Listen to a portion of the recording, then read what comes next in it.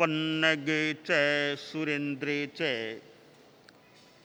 कौशिके पाद संस्पृशि निर्विशेष मनस्काय श्री वीरस्वामिने नमः। ठाणम आगम में कहा गया है, सत्य विकहा ओ पन्नत्ता ओ तंजहा इत्थि कहा भत्त कहा देश कहा राय कहा मिऊ कालुनिया दंसन भेयणी चरित भेयणी। हमारे पास वचन की लब्धि है। आदमी वचन का उपयोग भी करता है, बात करता है, भाषण भी दे देता है। एक साधु भी भाषण करता है, व्याख्यान देता है। एक सामान्य आदमी भी बात करता है, भाषण भी देता है। भाषण देना बोलना तो दोनों में समान बात है। गृहस्थ भी बोलता है, साधु भी बोलता है, परंतु दोनों में साधना की भूमिका का अंतर है। एक साधु जो साधना करने वाला है तो उसकी वाणी भी साधना से युक्त होनी चाहिए, साधना से अनुस्यूत होनी चाहिए। तो गृहस्थ को भी भाषा का ध्यान रखना चाहिए, साधु को तो और ज्यादा भाषा का ध्यान रखना चाहिए। कथा, कथा का मतलब कहना, कथयति कहना। अब कथा जो एक कहानी को भी कथा कहते हैं, यूं व्याख्यान भी एक कथा का रूप हो सकता है। तो साधु प्रवचन व्याख्यान भी करता है। परम पूज्य गुरुदेव तुलसी को हमने देखा, प्रवचन करते थे। और प्रातः काल का प्रवचन तो खास निर्धारित होता था, रात को भी कर देते थे, कभी और भी समय में फरमाते थे। परम पूज्य आचार्य महाप्रज्ञ भी प्रवचन करते थे। यह कथा, प्रवचन एक प्रकार की कथा है। हमारे साधु साधियां भी न्यारा में, यहाँ भी कुछ बोलने वाले बोलते हैं। न्यारा में तो कितने ज़्यादा बोलने वाले होते होंगे, अग्रणी बोलते हैं, और भी संत बोलते हैं, व्याख्यान देते हैं। तो व्याख्यान एक कथा है, धर्म कथा, धर्म कथा है। धर्म कथा क्या होती है? जिसमें वैराग्य की बात आए, त्याग की बात आए, संयम की बात आए, अध्यात्म की बात आए, वह कथा धर्म कथा। जिसमें त्याग, संयम, अध्यात्म, वैराग्य की बातें आए, वह धर्म कथा हो जाती है। तो प्रवचन कह दें, धर्म कथा कह दें। अब धर्म कथा करने वाले हैं, उनको थोड़ा परिश्रम भी पड़ सकता है।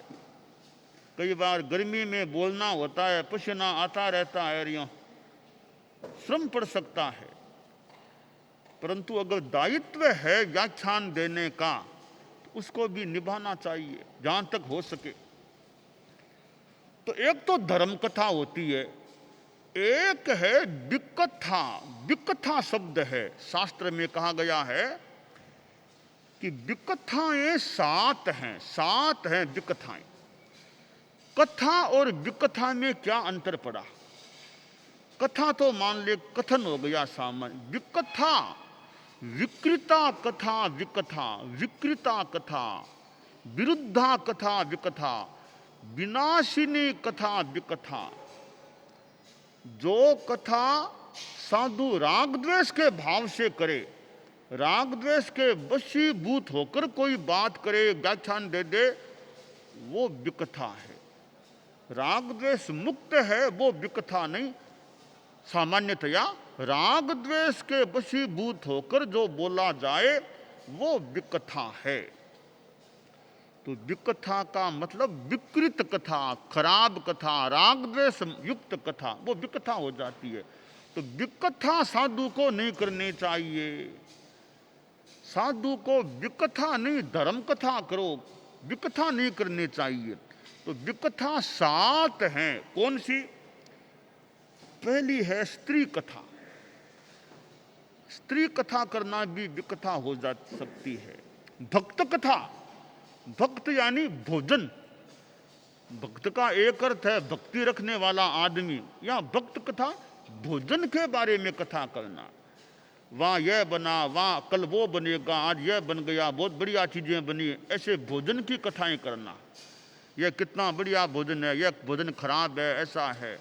तो साधु को भोजन के बारे में राग द्वेष के भावों से बातें नहीं कर। तुम्हें जो मिल गया खाना उसको खाओ, बेकार की बातें क्यों करते हो? यह बहुत बढ़िया है, सराहो, बहुत बढ़िया, एक को निंदा करो, खराब है, ऐसे नहीं बोलना चाहिए। अपनी समता रखो, जो मिल गया समता। नहीं खाना है तो बोले मत खाओ, समता रखो। निंदा प्रशंसा भोजन की मत करो। तो ये स्त्री भक्त कथा नहीं करना। भोजन के वहाँ यह बना था, वहाँ यह बना था, उस गांव में यह खाना बना था, यहाँ तो कुछ नहीं बना, ऐसे अनावश्यक भोजन के बारे में राग द्वेष की बातें करना भक्त विकथा, यह भोजन के बारे में कथा विकथा बन जाती है। देश कथा, एक साधु है, राष्ट्र के बारे में अनावश्यक बातें करे। आवश्यक तो मान लो करनी पड़ सकती है, अनावश्यक बातें करे कि वहाँ के लोग ऐसे हैं, वहाँ के लोग खराब हैं, वो ऐसे हैं। फालतू अनावश्यक राग द्वेषमय किसी के बारे में, किसी राष्ट्र के बारे में ऐसी बातें नहीं करनी चाहिए। चौथी विकथा है राज्य कथा।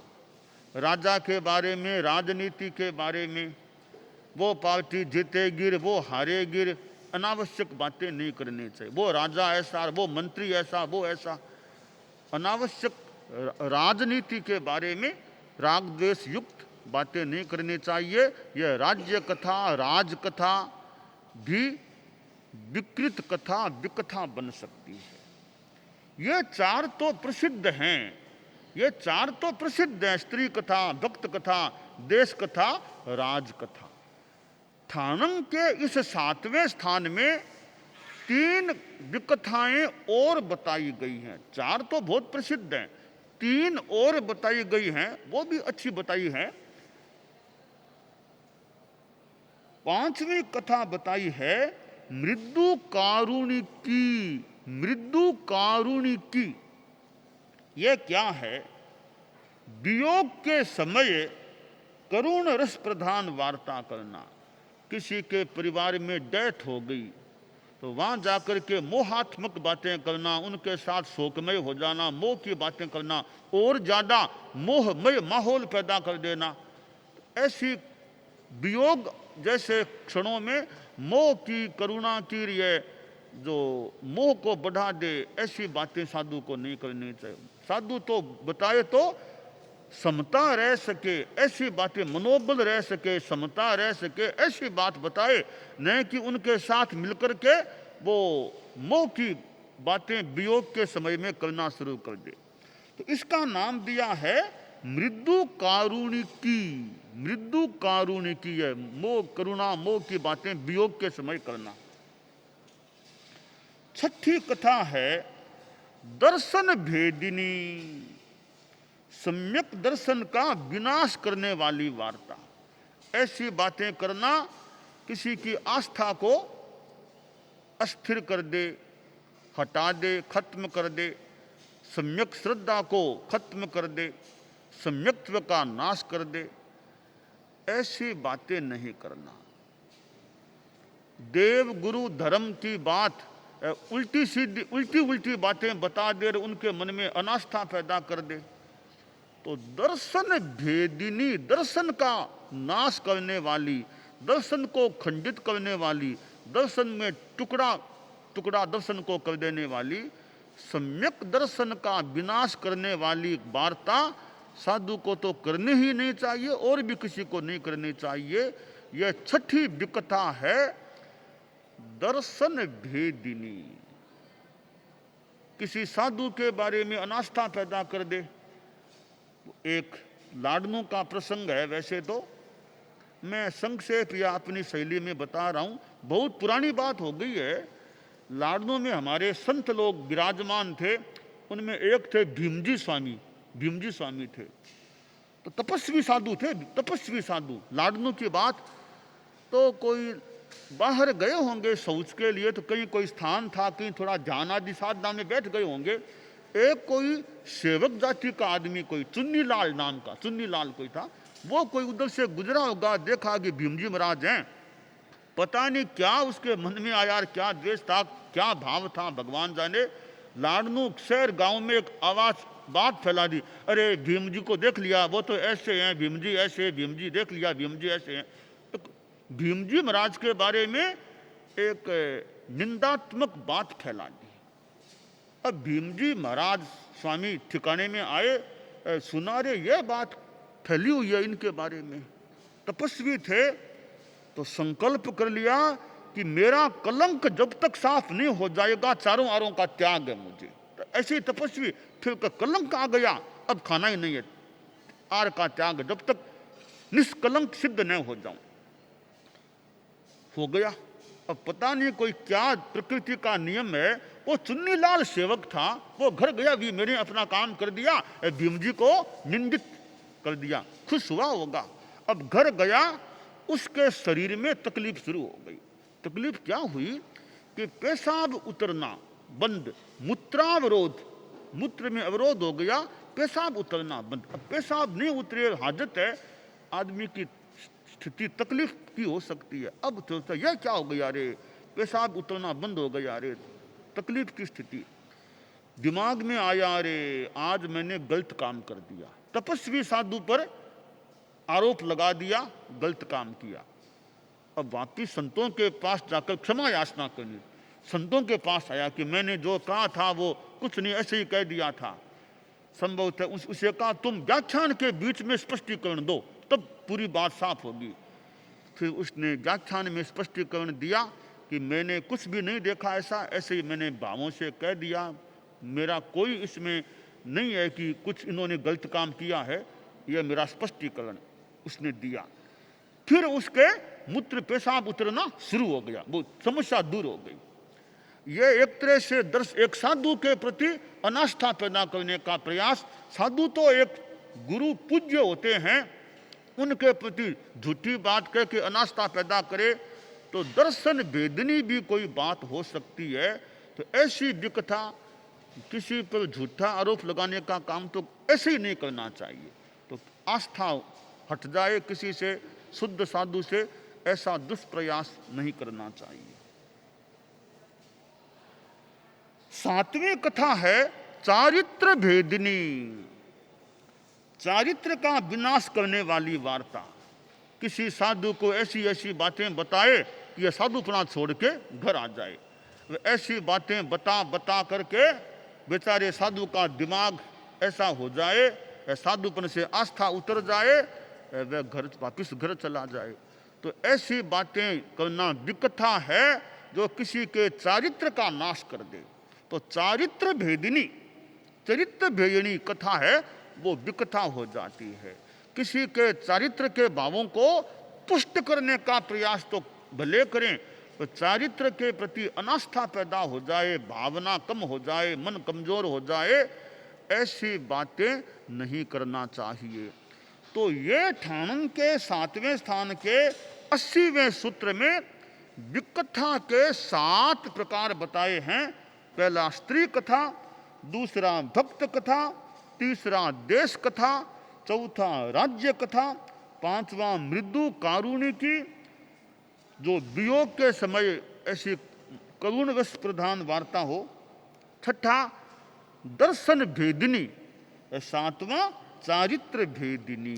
तो 4 विकथा और साथ में 3 और ये 7वें स्थान ठाणंग में बताई हैं।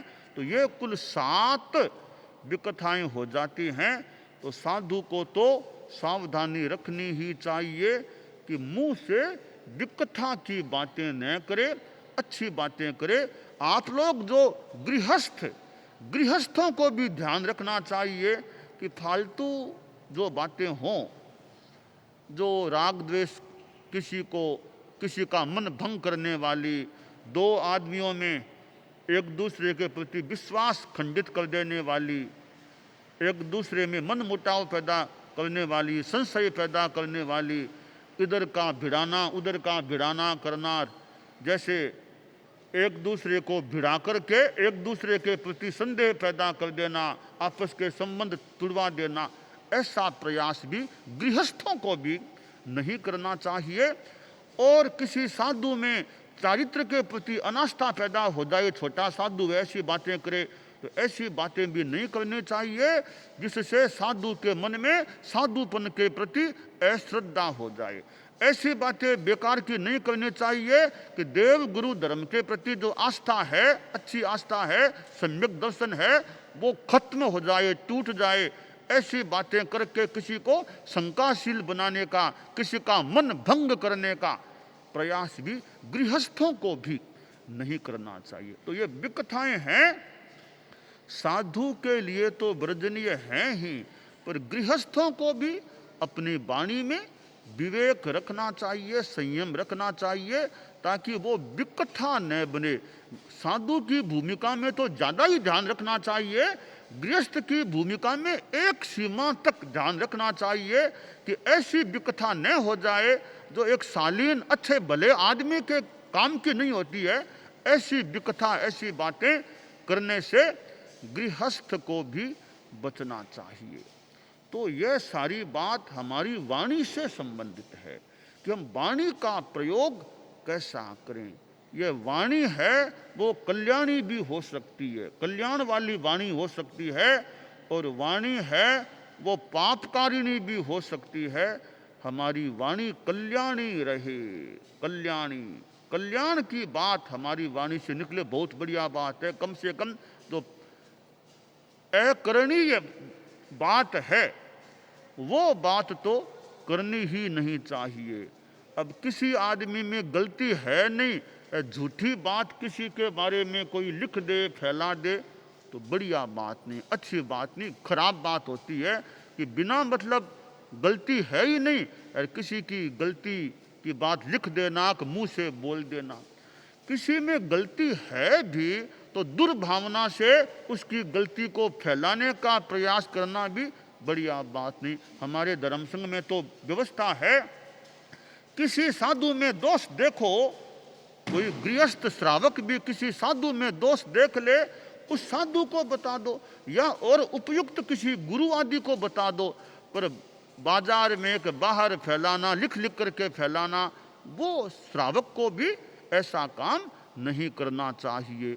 तो हमारी वाणी है, इसका हमें दुरुपयोग नहीं करना चाहिए, करना हो तो सदुपयोग करें, अच्छी बात बोलें। किसी में विशेषता है तो मौका हो तो विशेषता की अनुमोदना तो भले कर दें।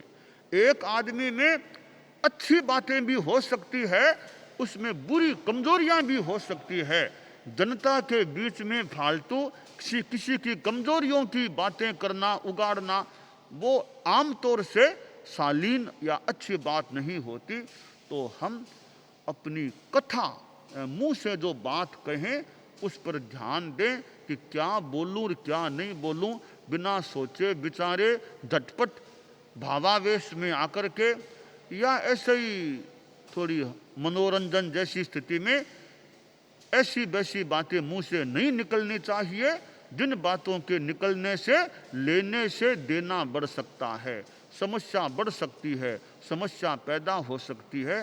तो हमारी वाणी, जिस वाणी में कटुता न हो, जिस वाणी के साथ दुर्भावना न हो और जिस वाणी के साथ अयथार्थता न हो और जिस वाणी के साथ यथार्थ हो और औचित्य हो, वैसी वाणी कल्याणी वाणी बन सकती है।